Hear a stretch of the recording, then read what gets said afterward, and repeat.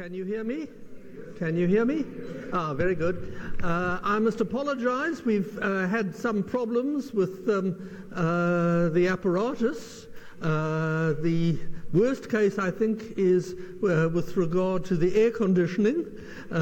We have sent for somebody from maintenance, but somehow the message has not got through.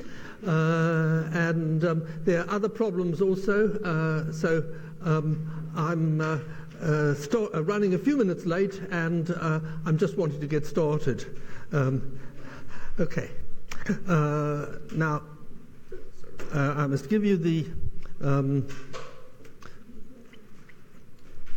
recap first, and I'll try and be quick on that. In the first lecture, I was talking mainly about Trump and Brexit, but also talking about the idea of Jan-Werner Mueller, who's probably the best of the current commentators on the subject of populism, that there's an important class of populists who are characterized by a process of kind of assuming the mantle of the people when they're only a tiny part of the people, and this group of people are a bit of a menace. They are false democrats, and they can be dangerous. So this is a particular kind of analysis, which I think is certainly important in some cases. But the whole notion of populism is contested, and so we need to kind of look at it in terms of a vague phenomenon and try and pick out themes which are commonplace to a number of different populist movements. And so yesterday, in the second lecture, I was talking about Russian populism at the end of the 19th century, which was a very distinct kind of movement. It was a movement among the Russian intelligentsia, and that's a kind of peculiar class which one only has in Russia. The class of intellectuals who are derived from this extraordinary state system set up by Peter the Great, where all of Russian society was divided into ranks, and it was the dropouts from the ranked system but who had been educated in that system who formed the intelligentsia. And it was the intelligentsia who were concerned with the social question, in particular the question of the peasantry.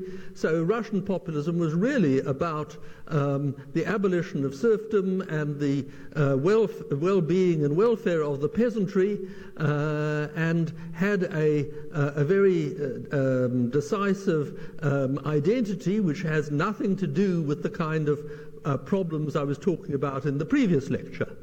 But nonetheless, Russian populism is interesting because of raising these questions about the relationship between the elite and the mass. And today I'm going to be talking about American populism, which is the other great historical example, and this raises a whole lot of other different issues, as we'll see, but I just want to, before I launch myself out into talking about the American farmers, the great prairie populists of the 19th century, I just want to add a footnote or two to the last lecture, because there was very interesting questions in the Q&A session, and most people, I think, didn't stay for that.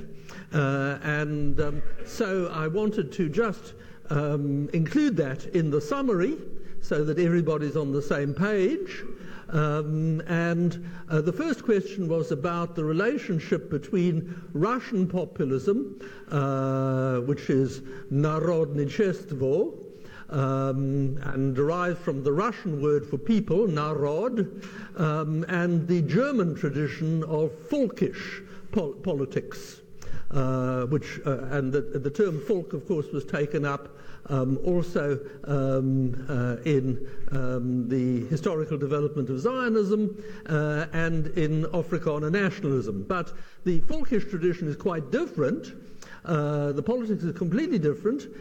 In Russia, the term narod denoted the majority classes, the peasantry essentially, in 19th century Russia, and was generally left-wing.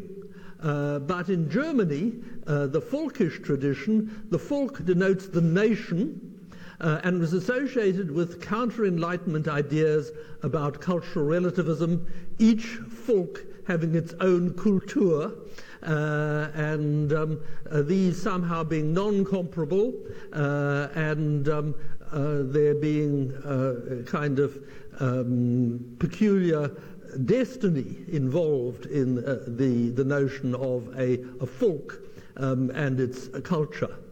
Then the second question, which was also interesting, was asking about anti-Semitism in Russia. I was concentrating very much on populism and didn't really mention the emergence of anti-Semitism in Russia during the course of the 19th century. Of course, it goes right the way back, but became particularly virulent in the 19th century. There's an interesting question there about the relationship between anti-Semitism and populism, because, of course, one of the things which is often said about populists is that they are xenophobic and they're generally suspected of harboring antipathies towards other people, or more generally the other.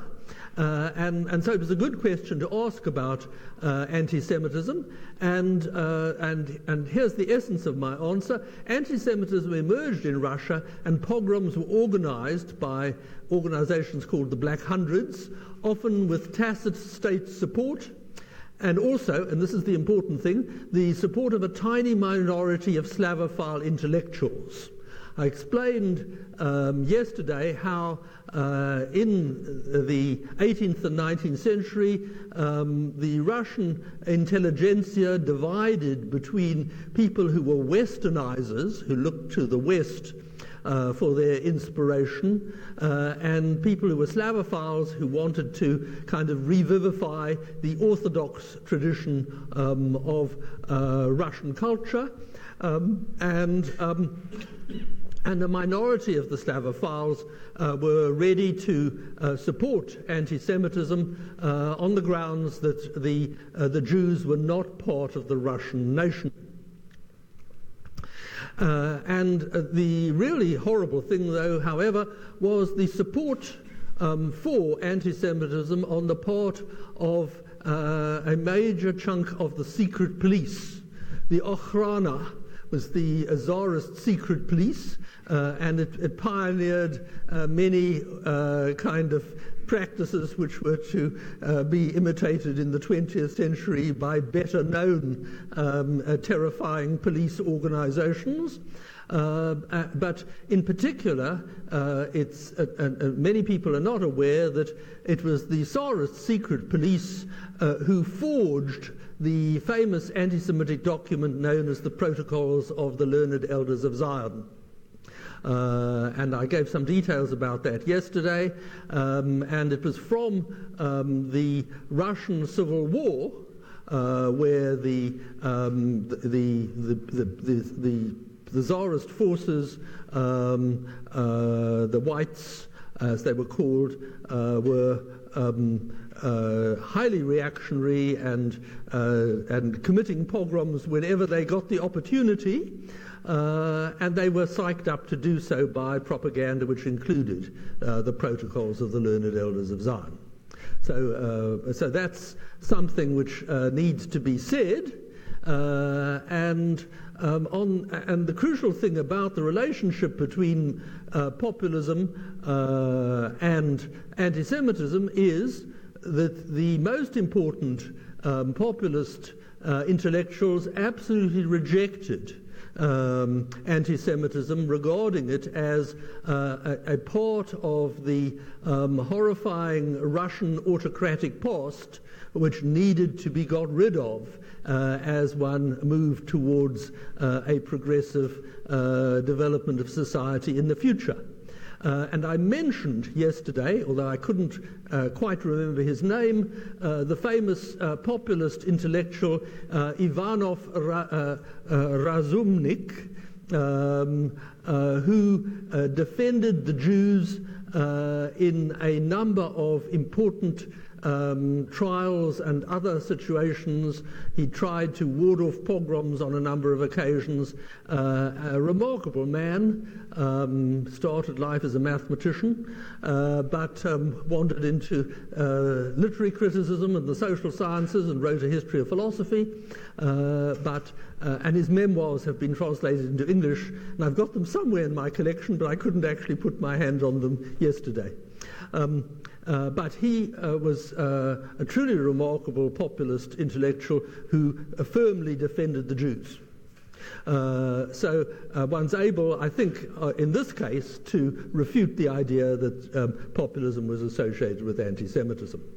And then a further footnote, I just wanted to mention that while I was ransacking my library yesterday, I found this book by Eileen Kelly on Michael Bakunin, is the latest work on the subject, and it's really an outstanding piece of scholarship, giving the complete background on the scandal I mentioned yesterday, but also making the very important point that Bakunin was a person who was psychologically deeply conflicted and self-deceiving.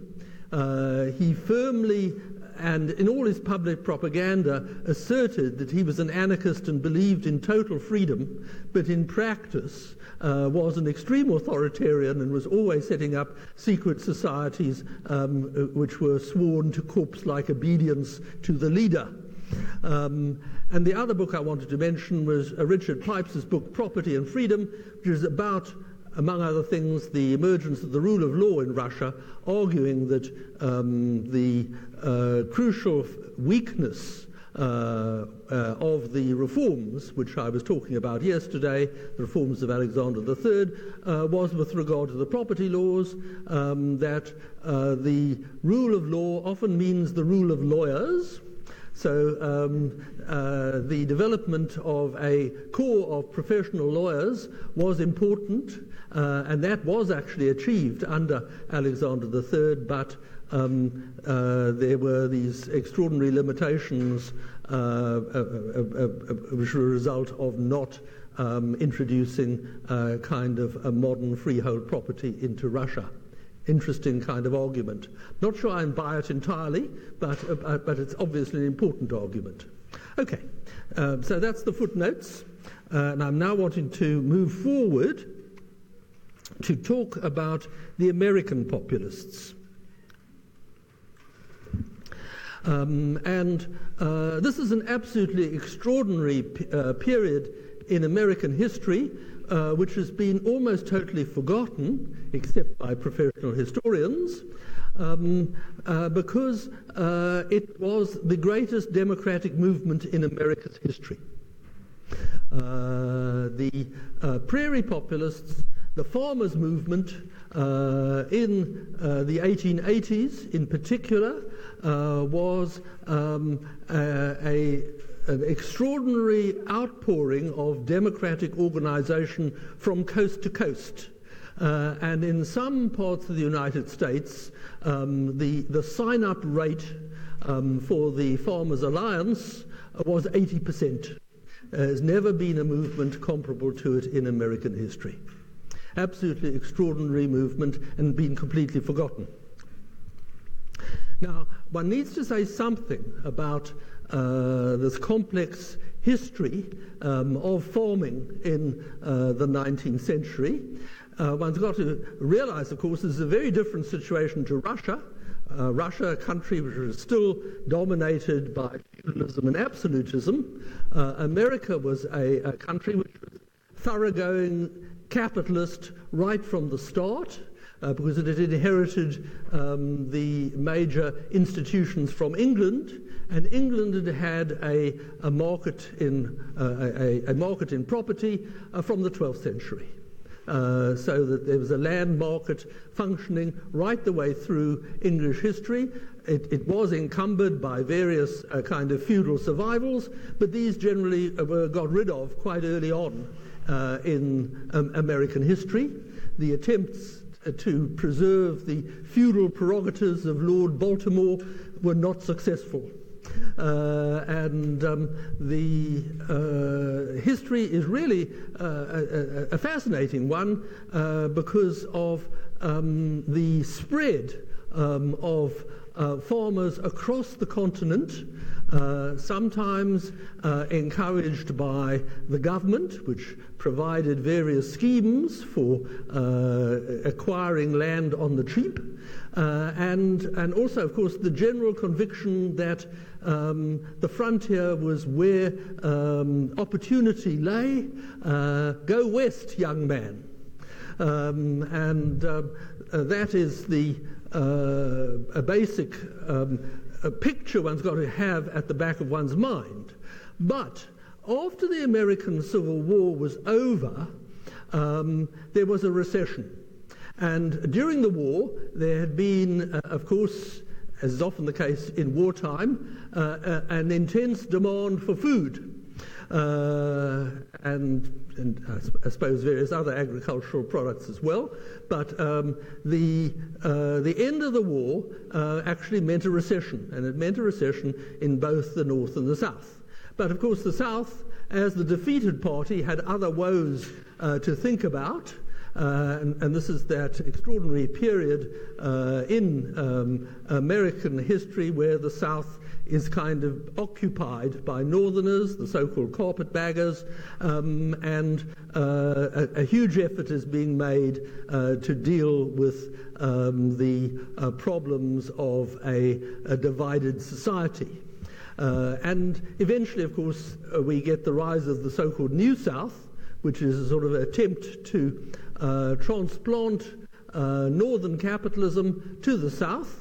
And of course, one's got to realize that there was a fundamental difference between the North and the South in the period leading up to the war, because the North was where industry was. And the South was very much the cotton kingdom.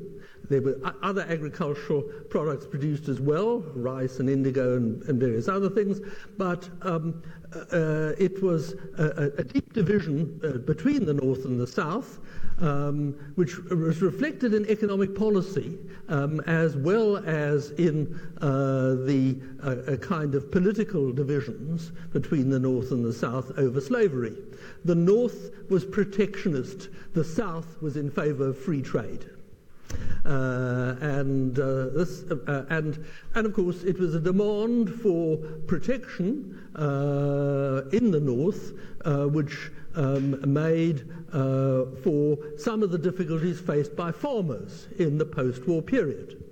So we have a sort of multiplicity of things going on in the post-war period. There is the general problem associated with recession and a reconstruction. The problems associated with the two very different economies of North and South, the embryonic industrial economy of the North, especially the Northeast, and the Southern economy, overwhelmingly agricultural, but of course with the great plantations, many of them destroyed or occupied or being subdivided. So a deep problem, but the problem is first felt not in the South. The farming problem, the agrarian problem, is felt in the West. So it's the farmers in the Midwest who are the first to be concerned with the situation whereby it looks like capitalism isn't working. Capitalism isn't working. There's a very nice description of this by Lawrence Godwin, who's the author of the best kind of one-volume history of the farmers' movement. He says, the nation's agriculturalists had worried and grumbled about new rules of commerce ever since the prosperity that had accompanied the Civil War had turned into widespread distress soon after the war ended. During the 1870s, they did the kinds of things that concerned people generally do in an effort to cope with hard times. In an occupation noted for hard work, they worked even harder. When this failed to change things, millions of families migrated westward in an effort to enlist nature's help. They were driven by the thought that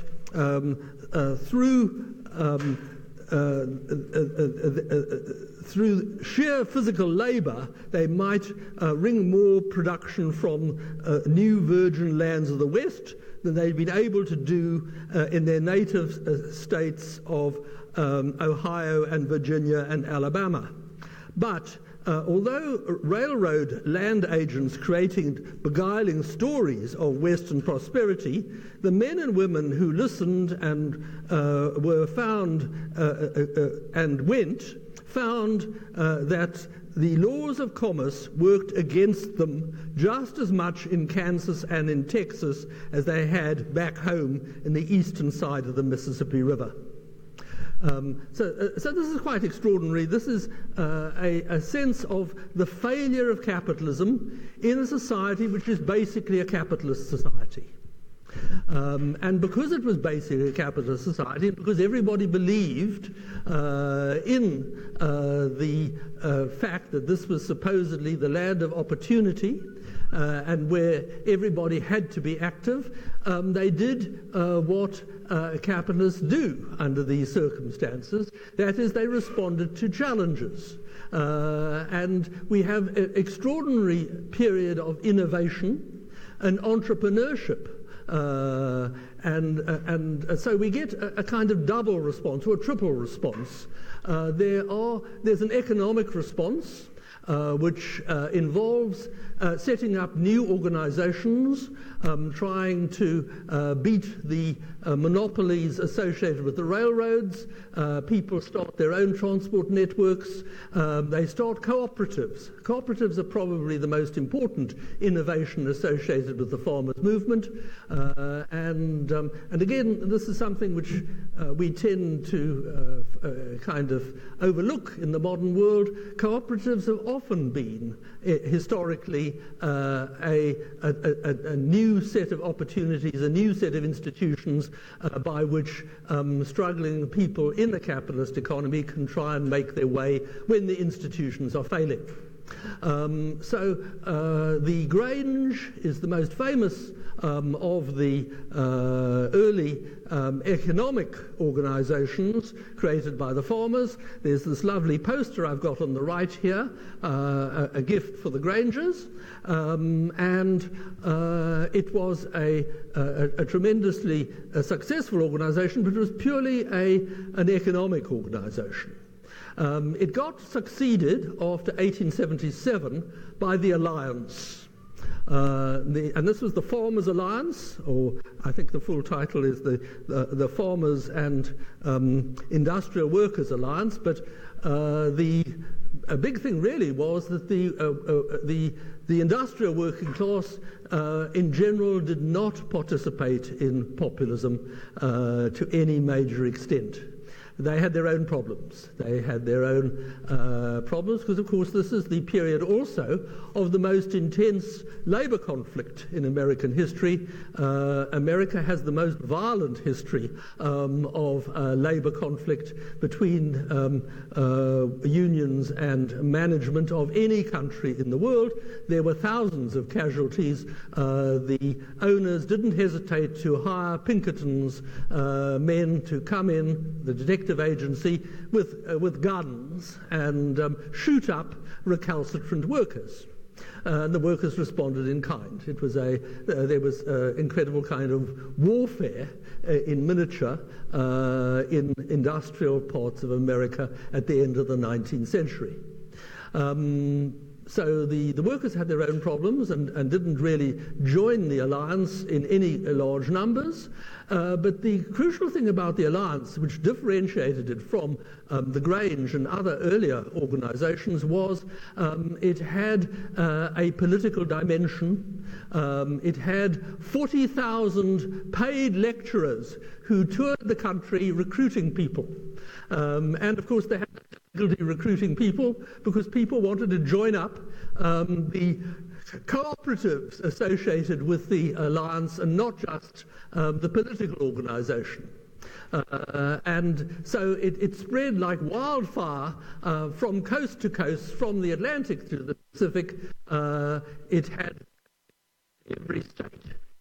And it runs until 1892, when a fatal decision is taken to found the People's Party and become a regular political party. Up till this stage, American politics, then as now, was a two-party system dominated by Republicans and Democrats. The Republicans were, of course, the victorious party in the Civil War. They were in the North, they were associated with the industrialists, and they were people who regarded themselves as morally virtuous because of having liberated the slaves. On the other hand, the democracy was elsewhere, and in particular in the South. And they also kind of had a tradition, the tradition of the glorious cause which had been defeated, the lost cause of the Civil War, Southern federalism.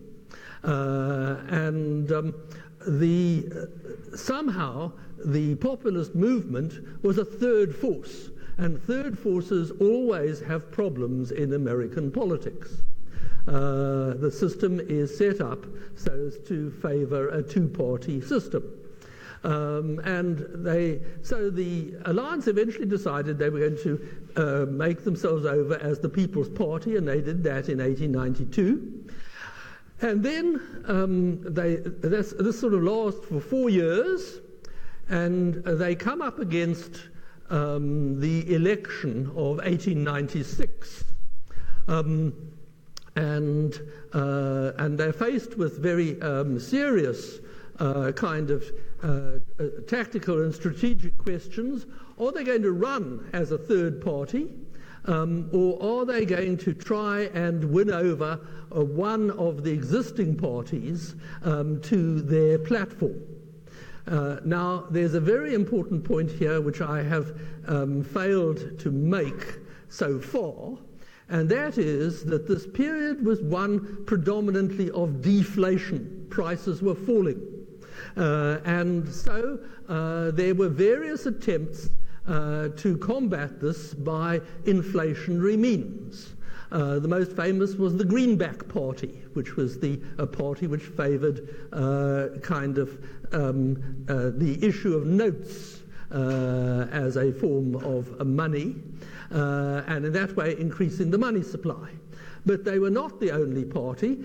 In the 19th century, in much of the Western world, there had been a system known as bimetallism, whereby both gold and silver had been recognized as acceptable currency. The problem with a bimetallic system is, of course, that it's unstable. There's always the worry that you're going to have that situation where the so-called Gresham's law applies. People get worried about the future of one or other of the metals and hang on to the good one and pass the bad one. And that the system then collapses into a monometallic system. And of course the other point here is that the world was moving on to a gold standard, in fact, in this period, but that's only from the 1880s, when the decision of the Bismarck in Germany, that Germany is going to go onto a gold standard, sets the rule for the rest of the world, and the Bismarckian decision is effectively validated by the South African gold mines coming on stream. And if you hadn't had those two events, things would have been very different, because, of course, America was a great silver-producing country. And the mines of Nebraska were churning out silver at a great rate, and one of the consequences of moving on to a gold standard was, of course, to create recession in Nebraska. But there had been a move which had been strongly supported by the farmers to increase the money supply by going for free monetization of silver. The so-called free silver movement, and this led to a whole lot of amateur economic theorizing. When you look at the books about the populists, often authors have great fun quoting some of the more outrageous economic opinions associated by self-taught economists dealing with monetary questions.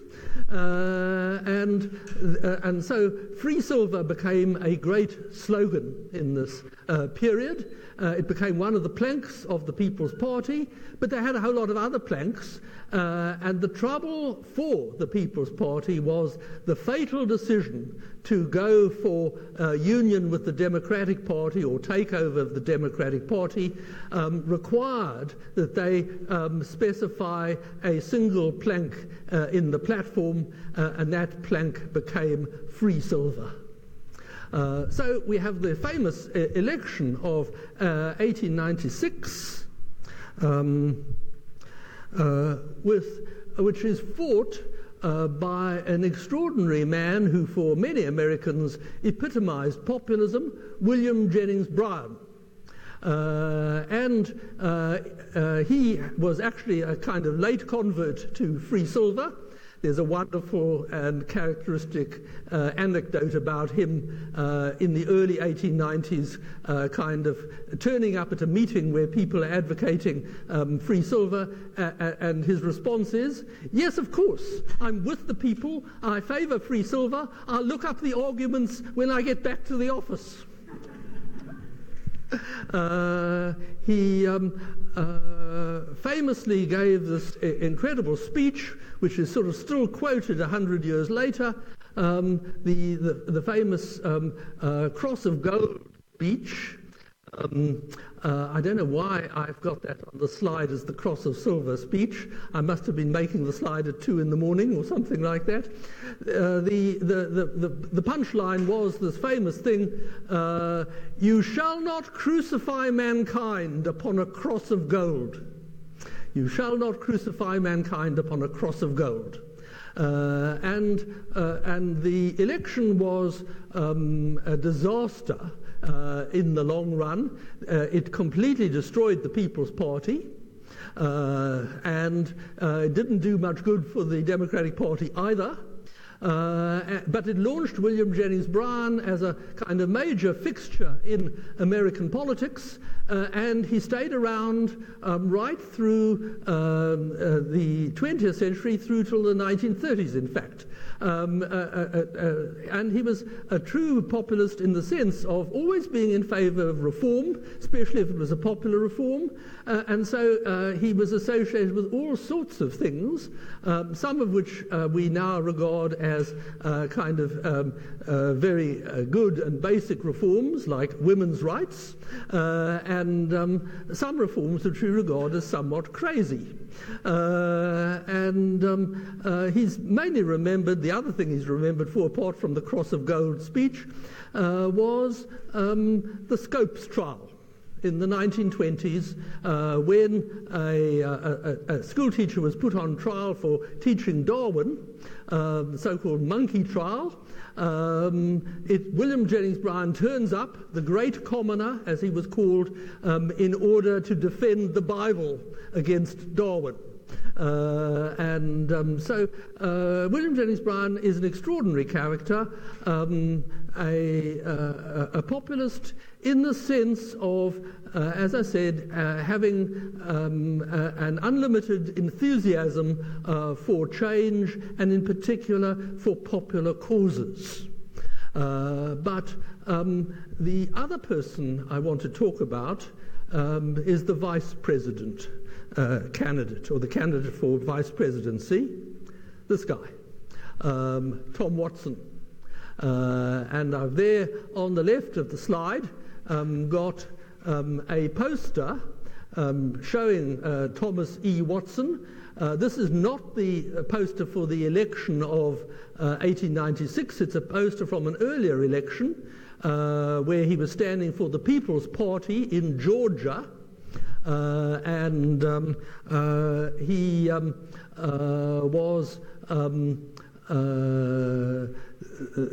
was a native Georgian and a really remarkable populist, the subject of an extraordinary biography by C. Van Woodward, great Southern historian, whom I knew a little bit, actually. When he came to South Africa, I spent an afternoon with him talking about South African history and American history.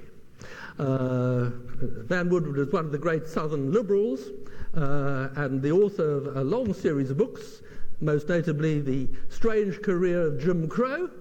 Van Woodward is very interested in Southern populism, because by this stage, the farmers in the South have joined up with the farmers in the West, and Southern populism has a somewhat distinct character from the character of the Midwestern populism.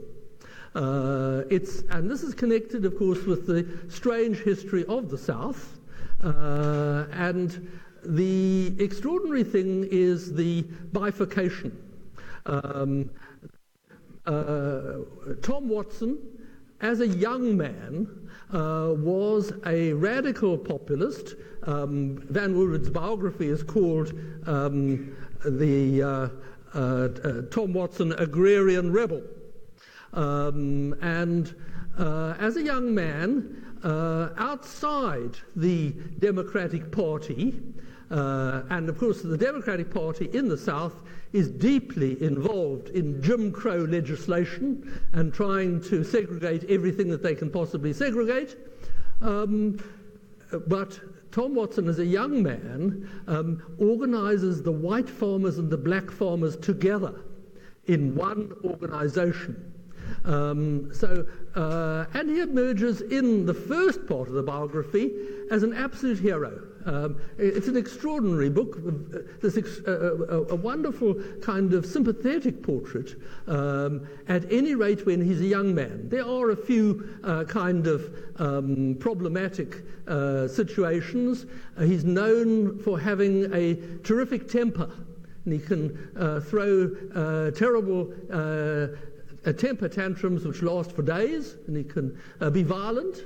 But in terms of the kind of things which appeal to modern readers, the young Tom Watson appears as an entirely positive character, a person who actually on a number of occasions intervened to help blacks, most notably with regard to trying to stop and in fact effectively stopping lynching. And you must understand, of course, lynching was one of the more terrible features of American society in this period. And from the Civil War right through to the 1930s, it's estimated that about 60,000 people were lynched. It's an absolutely incredible and horrible thing. And when you think about it, it's something like sort of an average of 3 lynchings a day or a week or something like that. It's terrible. And of course, the overwhelming population of people who were lynched were black. There were whites who were lynched as well, but the percentage is tiny. And the usual experience of lynching was that it occurred in a situation where a black had somehow or other transgressed the racial order or had insulted whites. It was very much a question of maintaining white status. And in this early period, Tom Watson is on the side of the angels. But there's a change in the middle of his life. And it's a kind of wonderful and extraordinary thing in Van Woerden's biography that he makes it credible. That the young Tom Watson, who fights the interests, who fights for the poor, who organizes black and white farmers together, after he's had this experience of going to Washington and joining the establishment, to some extent reverses, and in his last 15 years of life became one of the most repellent reactionaries anywhere in the country. As a young man, he saved blacks from being lynched.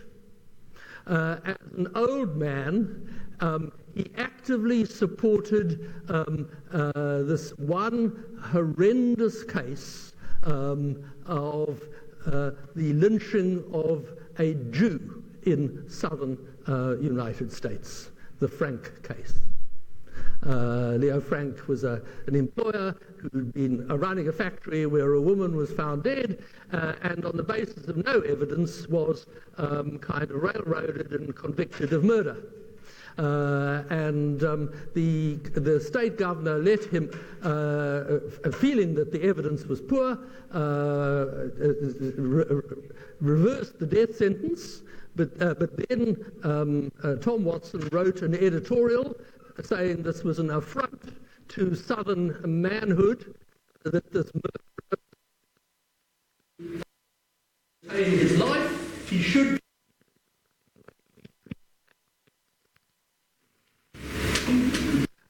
And so a little posse of 25 men, 2 of whom were wearing masks, go to the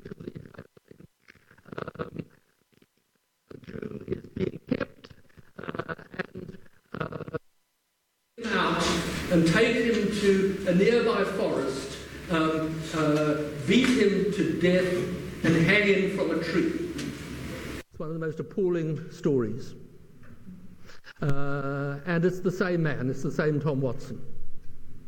And it's the same Tom Watson who, in the period after the First War, supports the rise of the Ku Klux Klan as a new national organization, the Ku Klux Klan in the cities. No longer a purely rural organization, but an organization now operating in Philadelphia and other major cities in the Northeast. So, an absolutely extraordinary story. Van Woerden wrote an autobiography, which I have, and I'm running out of time, so I can't read you the wonderful description he has in his autobiography of how he came to write the Tom Watson book, but saying that he felt that it was a challenge. He was intending it as a challenge because the historiography of the South at that time generally painted a rosy picture. It was a case of the period after the Civil War, everybody was forgiving everybody and the country was coming back together again. So he chose Tom Watson because he himself, having grown up in Georgia, had memories of Tom Watson as being among the worst bigots, the most militant, anti-Semitic, anti-Catholic, anti-foreigner politician of Georgia in his time. And then he found this earlier Tom Watson, and he was faced with the challenge of writing a credible biography. And he says he resolved it by thinking of Tom Watson in terms of Dr. Jekyll and Mr. Hyde. The Dr. Jekyll was dominant in the young Tom Watson, but the Mr. Hyde came out gradually during the course of his life. So, an extraordinary kind of story, and this is the story which needs to be borne in mind when thinking about that allegation that the populists were racists. They were and they weren't. And it's a complex story. So, I want to move on now to my final historian, who is Richard Hofstadter, great American historian. I never met him. He was, I suppose, still alive while I was a student in the United States, but was fairly elderly.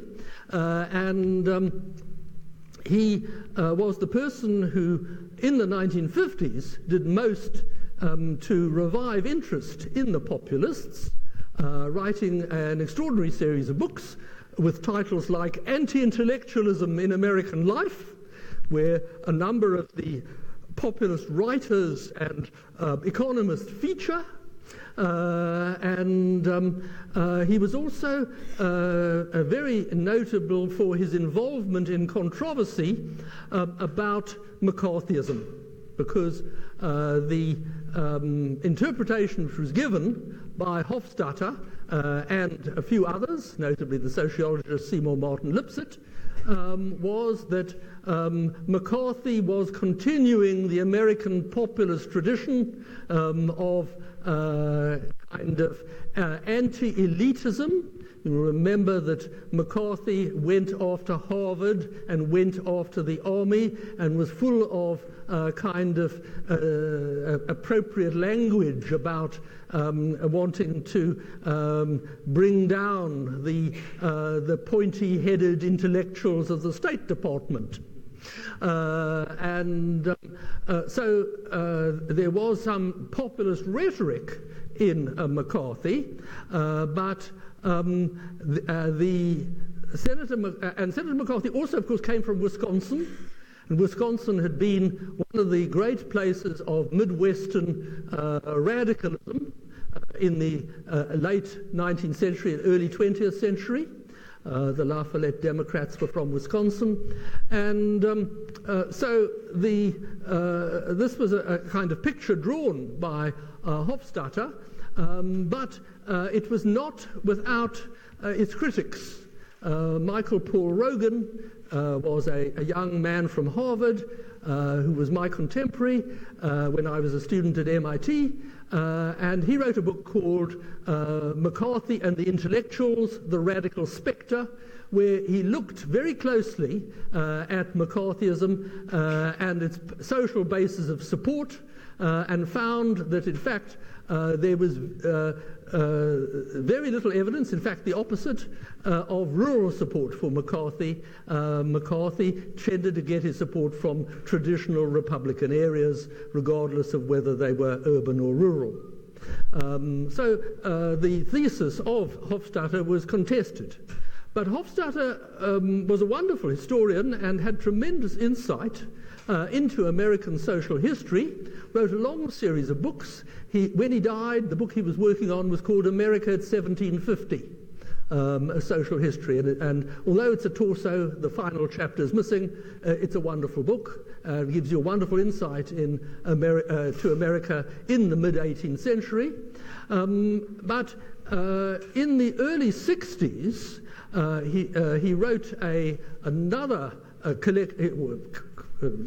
he collected his essays together in a book called The Paranoid Style in American Politics. Senator McCarthy, of course, was a classic exponent of the paranoid style. He believed that there were conspiracies everywhere, And if people questioned the idea that there were conspiracies everywhere, that obviously proved they too were part of the great conspiracy. So conspiracy theorizing, which is often taken to be part of populism, is one of the things which Hofstadter was very interested in.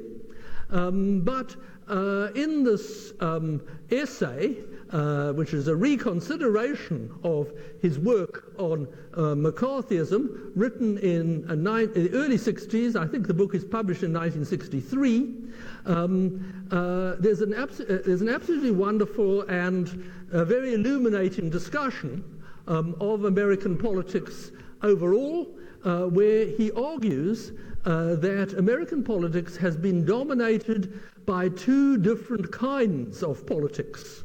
A politics of interests, or if you like, a class politics, and a politics of status. And it's the politics of status which is really important and gives you, I think, a fundamental insight into populism, ancient and modern. And so I've got a long quote here, which I want to read you, and I'll comment on it afterwards. In my original essay, I used the word status politics to refer to three things that are related but not identical. First is the problem of American identity, as it is complicated by our immigrant origins and the problem of ethnic minorities. Second is the problem of social status, defined as the capacity of various groups and professions to command personal deference in society. And thirdly, the effort of Americans of diverse cultural and moral persuasions to win reassurance that their values are respected by the community at large. Now, the purpose of the term was to heighten our awareness of a constant political struggle, not out of the real or imagined contest for gain that is familiar in our interest group politics, but of our commitments to certain values which are taken by the persons who share them to be ultimate moral goals disinterestedly pursued.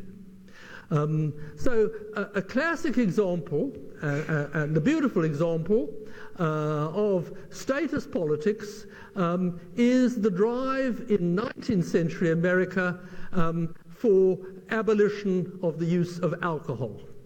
Teetotalism, abolitionism, the Anti-Saloon League, an extraordinary outpouring of voluntary groups trying to shut down the production and consumption of alcohol in the United States, which, as we know, eventually succeeded and was a bit of a disaster in the late 20s and early 30s. But it was a movement primarily driven by the Women's Christian Temperance Union. And that's a beautiful example of an identity group with a moral crusade. But just to give you an idea, again, of the complexity of the situation, you'll find that in the 1920s, William Jennings Bryan